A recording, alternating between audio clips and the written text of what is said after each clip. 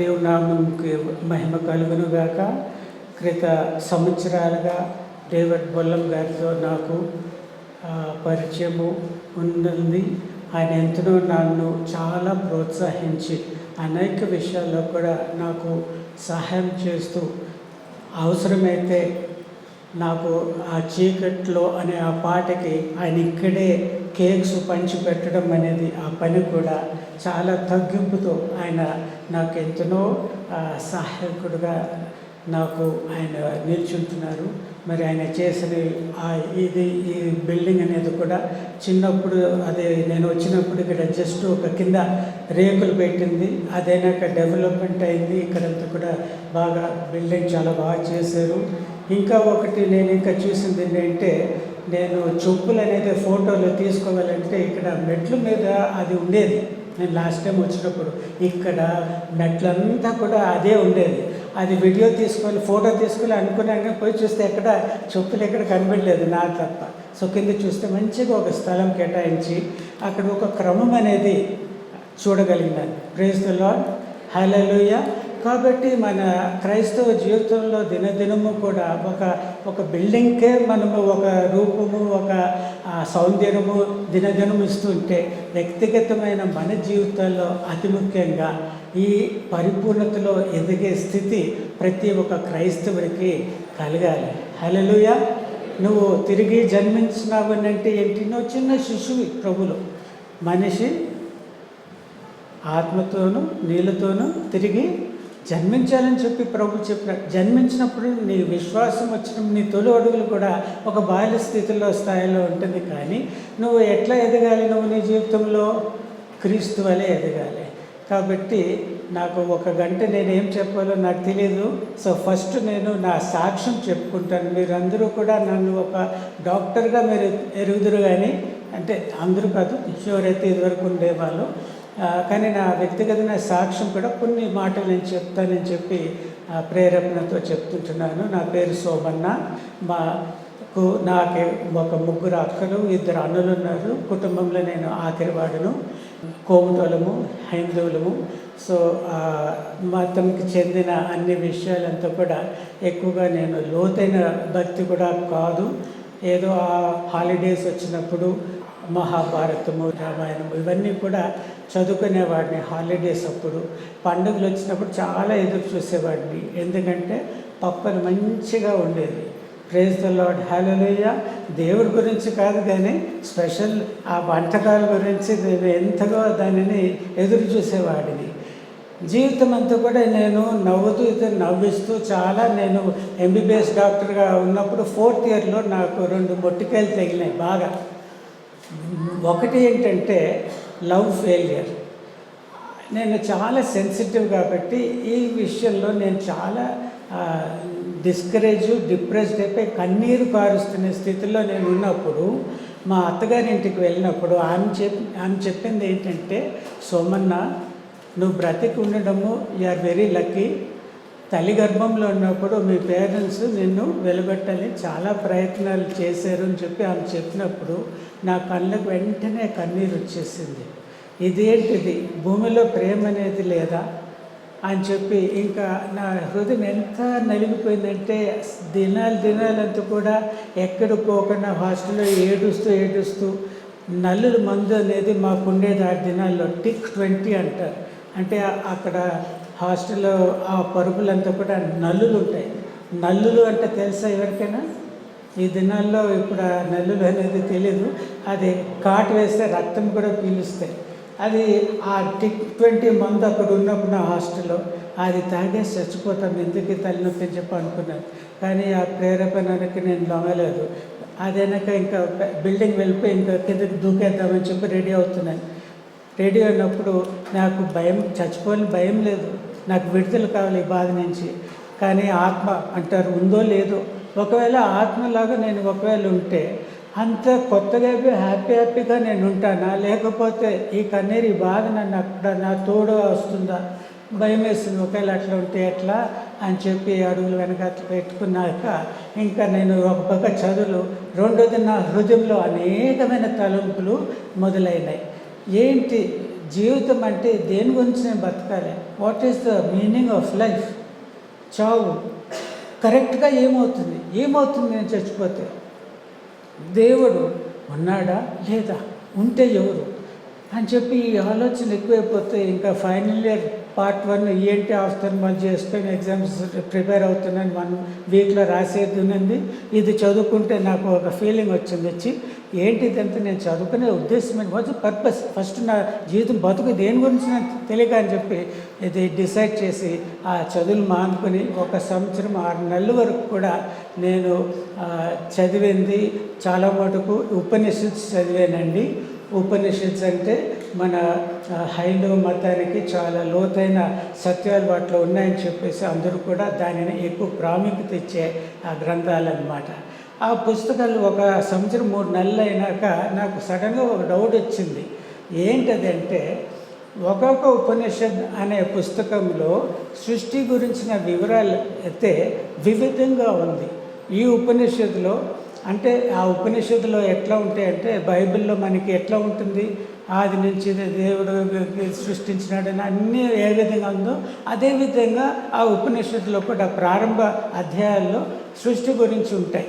ఒక ఉపనిషత్తులో రాసినట్టు మరో వేరే ఉపనిషత్తులో లేదు. ఎందుకు ఈ విధంగా ఉందని చెప్పి ఆ స్వామీజీని అడిగితే, ఇది చాలా లోతైన విషయాలు సత్యాలు ఉన్నాయి, నువ్వు చాలా చిన్నవాడివి, నీకు అర్థం కానట్టుగా చెప్తే నాకు ఇంకా దాని మీద ఎట్లా నమ్మబుద్ధాలి అని చెప్పేసి దాని గురించి నేను ఇంకా దేవునిగా సత్యం ఎందుకు ఇతర గ్రంథాల్లో ఉండరాదు అని చెప్పి బుద్ధుడు రాసిన ఆ ఇంగ్లీష్ వర్షన్ నిర్వాణ అది చదివాను.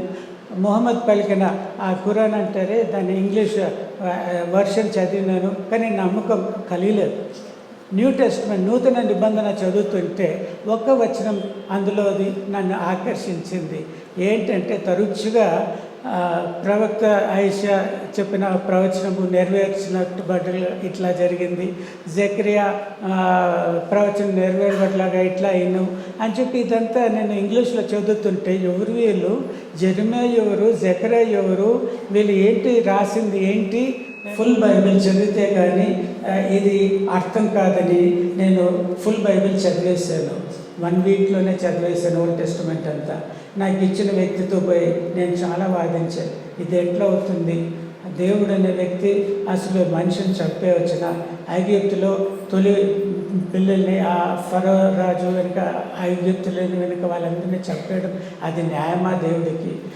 దేవుడు యుద్ధాల్లో పాల్గొనడము, సూర్యుడిని చంద్రుడిని ఆపేసి వడగండ్లతో శత్రువులను చెప్పి వాళ్ళని ఇలాగ చంపేయడం అది కరెక్టా అని చెప్పి చాలా వాదించాను నేను ఆయనతో. ఆయన ఏం చెప్పలేదు, కానీ నాకు 2 పుస్తకాలు ఇచ్చినారండి. ఆ 2 పుస్తకాలు చదివినాక నాకు అర్థమైంది ఏంటంటే బైబిల్ అనే గ్రంథము ఏ మనిషి వలన వచ్చింది కాదు, మనిషికి అది రాయడానికి అసాధ్యం. అంతే.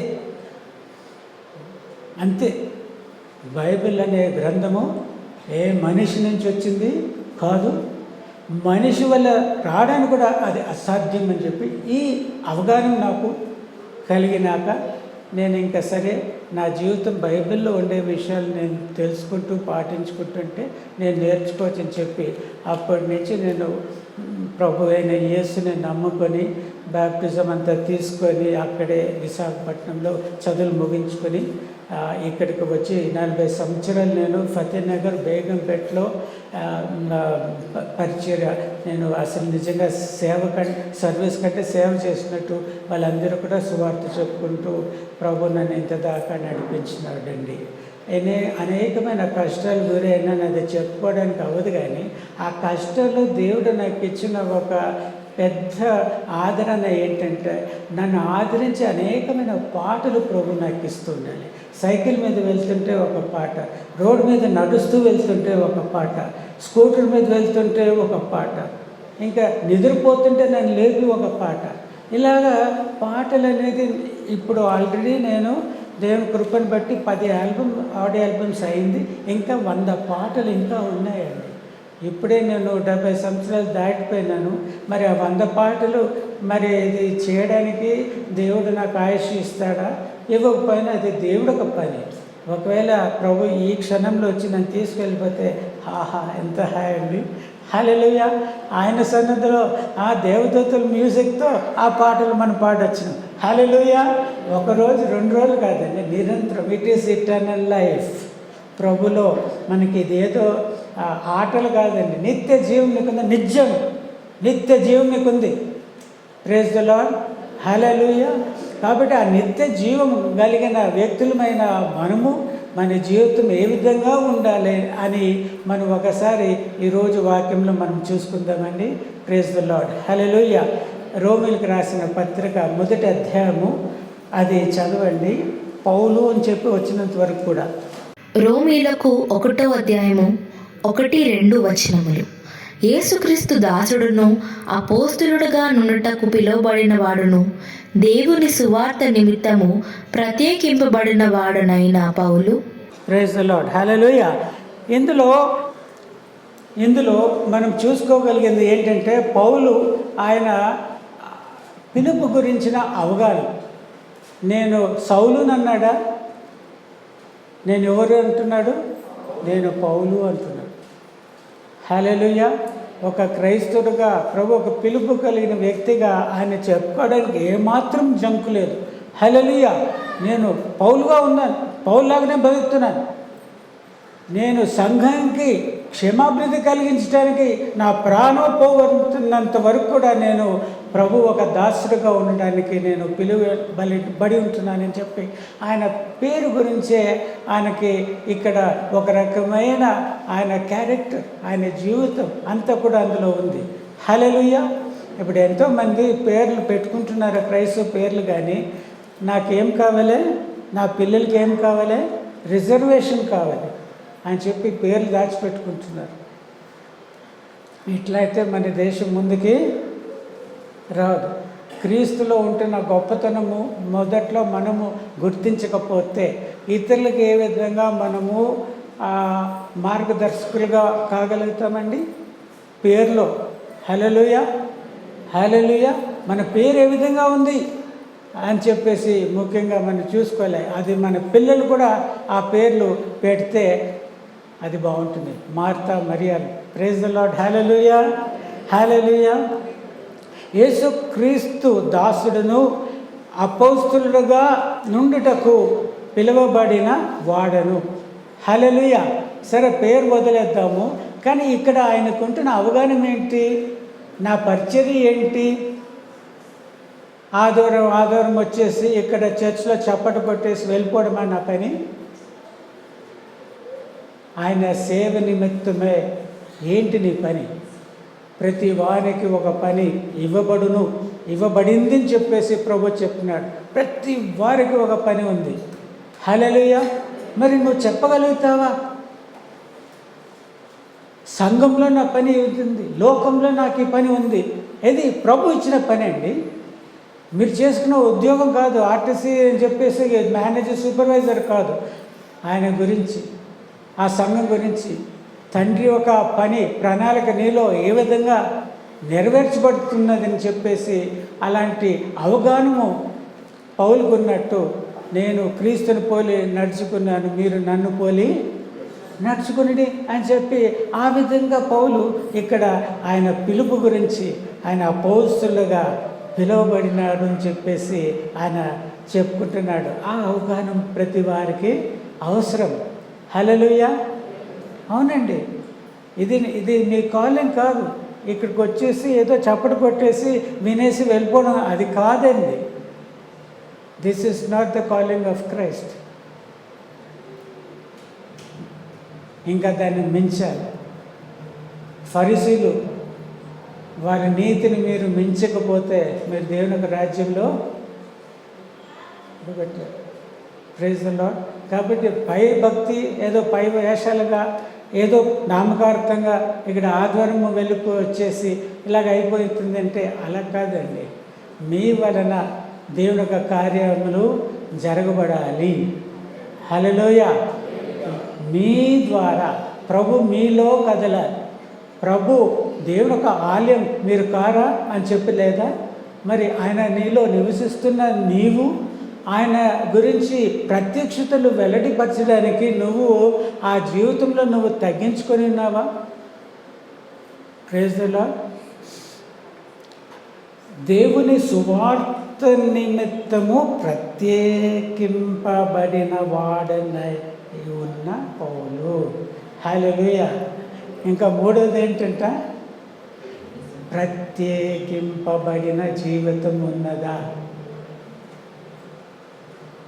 నువ్వు ప్రత్యేకంగా ఉండాలి.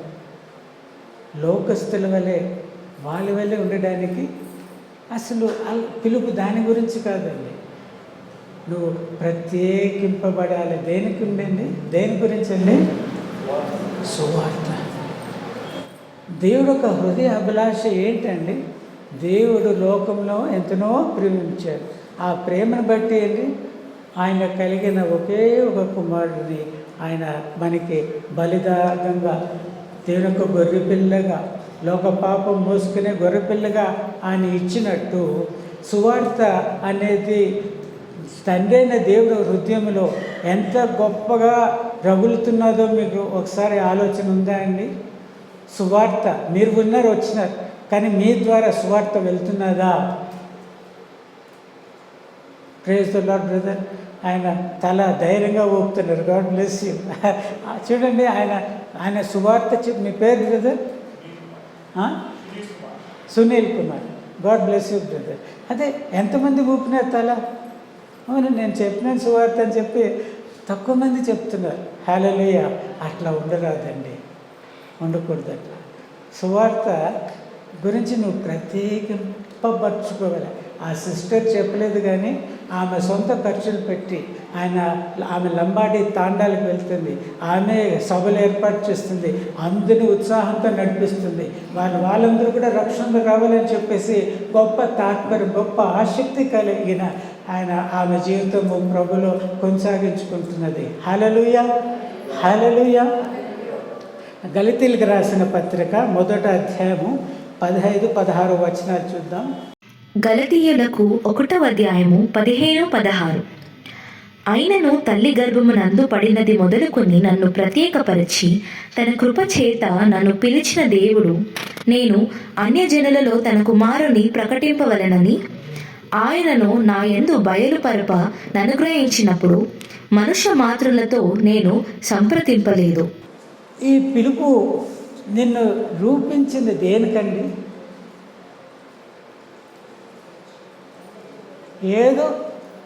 ఏదో మనం పుట్టే మా తల్లిదండ్రులు కాగా మన కన్నారు అంతే. నీ దేవుడు దేని గురించి నీకు ఇలాంటి రూపం ఇచ్చినాడండి?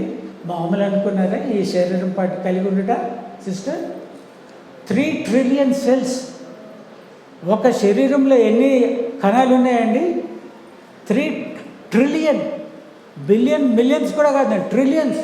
అంటే లెక్క లేనంత సెల్స్లో దేవుడు మనలో సమకూర్చి ఒక దేహం ఇవ్వగా, ఇందులో క్షణం క్షణం జిలియన్స్ ఆఫ్ కెమికల్ రియాక్షన్స్ జరగాలి. జిలియన్ అంటే ఏం తెలిసిన అండి? మనం లెక్క పెట్టుకోలేనంత సంఖ్య. అలాంటి రియాక్షన్స్ లోపల సెల్లో, మెంబ్రెన్స్లో, మైటోకాండ్రియాల్లో ఇవన్నీ కూడా ఆగకుండా అవి పనిచేస్తున్నాయి. కాబట్టి నువ్వు బ్రతుకున్నావు, చూస్తున్నావు, కూర్చుంటున్నావు, వింటున్నావు. బతికున్నాడంటే నువ్వు తేలిగా తీసుకుంటున్నావా? పడున్నాడు ఒకడు, నా క్లాస్మేట్ ఒకడు, ఎందుకు లేదు, కాలు పడిపోయి ఏదైనా చేయగలుగుతాడండి? చిన్నవాళ్ళు కూడా వస్తుంది జబ్బులు. బతికుండడం అంటే ప్రభు నీళ్ళు ఎంత కార్యాలు బట్టి నువ్వు చేతులు కదిలిస్తావు, ఇది చూస్తావు, తల ఊపుతున్నావు, ఇది ఏదైనా సరే నీ శరీరం నువ్వు చేయగలిగినావంటే దేవుడు నీలో జరిగిస్తుంటున్న కార్యాలు బట్టి నువ్వు బతికున్నావు. మరి ఆయనకి నువ్వేం చేయాలి? నీ గురించి జీవించటమా? 2 రోజులు ఇక్కడ ముచ్చట్లు పోయి చచ్చిపోయి సమాధి చేపట్టానుగా?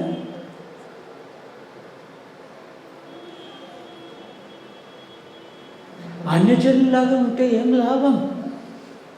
రక్షణ లేని వాళ్ళుగా ఉంటే ఏం లాభం అండి మీకు?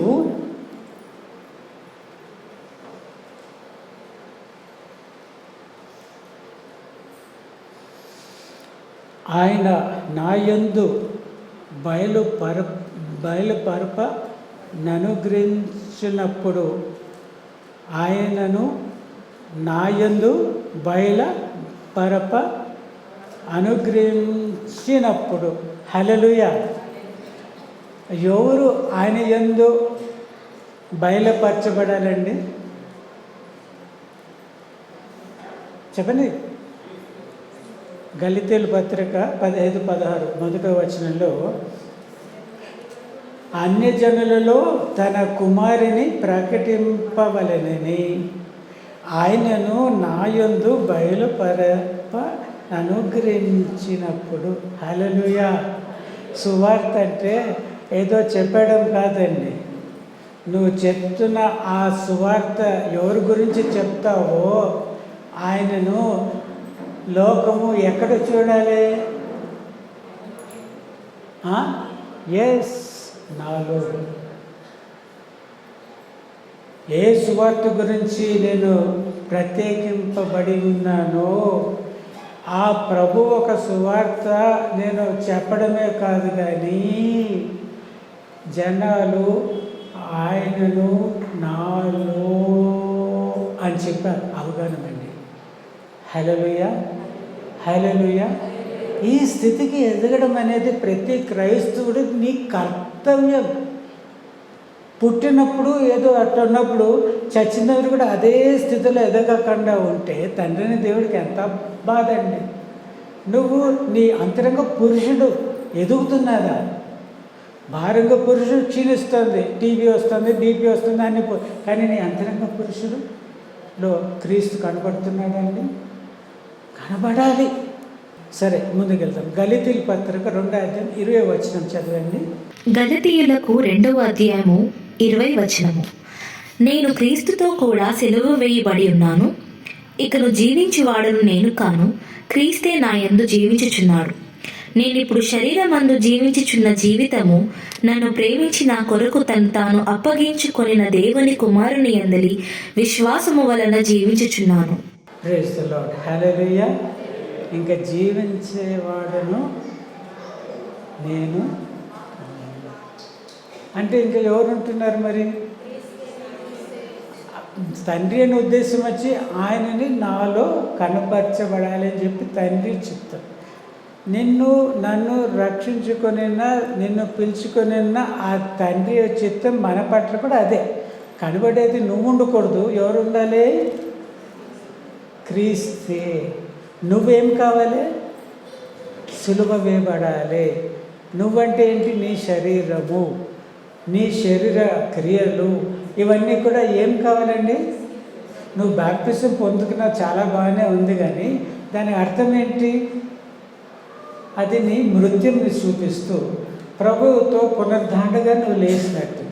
అంటే నీ పాత బతుకు దినదినము అది దానిని సులువు వేసుకున్న స్థితిలో, మృతి పొందిన స్థితిలో అది నీలో కార్యసాధకం చేయకుండా ఉండినట్లుగా నిన్ను నువ్వు కాపాడుకోవాలి. హల్లెలూయా. గలితీయుల పత్రిక 5:22-24 చూడండి. అయితే ఆత్మఫలమేమనగా ప్రేమ, సంతోషము, సమాధానము, దీర్ఘశాంతము, దయాలుత్వము, మంచితనము, విశ్వాసము, సాత్వికము, ఆశా నిగ్రహము. ఇట్టి వాటికి విరోధమైన నియమమేదియూ లేదు. క్రీస్తు యేసు సంబంధులు శరీరమును దాని ఇచ్చలతోనూ దురాశలతోనూ సిలువ వేసి ఉన్నారు. Praise the lord. హల్లెలూయా. ఇక్కడ మనము చాలా సత్యం మనం గమనించాలి. ఆ ఫలం అనేది ఏంటంట? అది క్రీస్తు ఒక క్యారెక్టర్. ఆత్మ ఫలం ఏంటన్నది ప్రేమ అంటే చాలు, ఇంకా వేరే ఏమి అవసరం లేదు. ఇక్కడ ఆత్మ ప్రత్యక్షతలు అంటే ఆత్మ వరాలు పొందిన వాళ్ళు ఎవరండి? ఎంతమంది ఉన్నారండి? ఆత్మ వరాలు పొందుకొని భాషలు మాట్లాడుతూ, భాషలకు అర్థం చెప్తూ, ప్రవచనాలు చెప్తూ ఎంతమంది ఉన్నారు ఇక్కడ? ఏంటి సిగ్గుపడుతున్నారా? చేతులు ఎత్తరా. Praise the lord. ఇంకా ఇంకా ఇంకా ఇంకా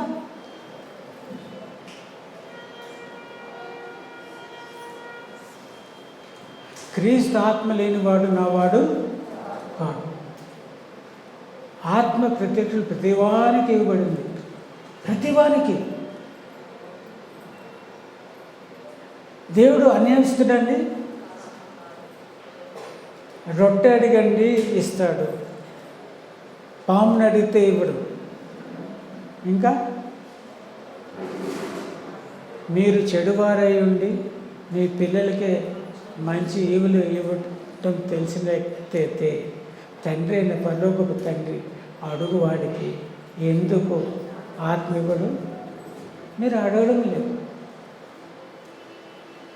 నాకు డ్యూటీలో ప్రమోషన్ కావాలి, నా శత్రువు చచ్చిపోవాలి, ఇలాంటి ప్రార్థన చేస్తే ఇది ఎక్కడండి ప్రార్థన? Praise the lord. హల్లెలూయా, హల్లెలూయా. మనము ఇట్లా ఉండరాదండి. ఆ సిస్టర్కి అన్యజనరాలుగా ఉన్నప్పుడు బైబిల్ ట్రైనింగ్ ఇంకా వెళ్తున్న ఒక స్త్రీ, ఆమెకి ఎంత విశ్వాసం ఉంది, పాము కాటినా నీ తండ్రి బతుకుతాడని చెప్పి, నీ దేవుడి గురించి అంత నమ్మకం నీకు లేకపోతే ఎట్లా?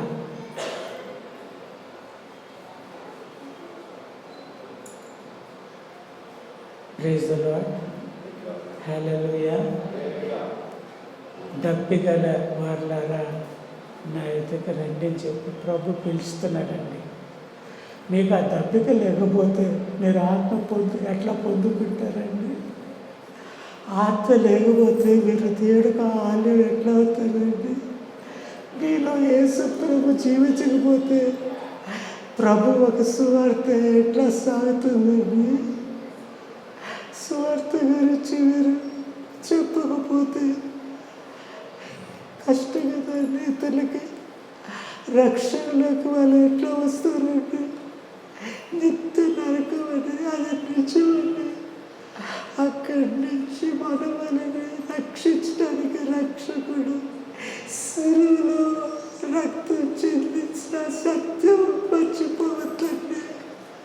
మీరు కొనబడిన వ్యక్తులు మీ సొంతం వారు కారు. దేహమందు ఆత్మతో ప్రభుని మహిమపరచండియా. Praise the lord. హల్లెలూయా, హల్లెలూయా, హల్లెలూయా.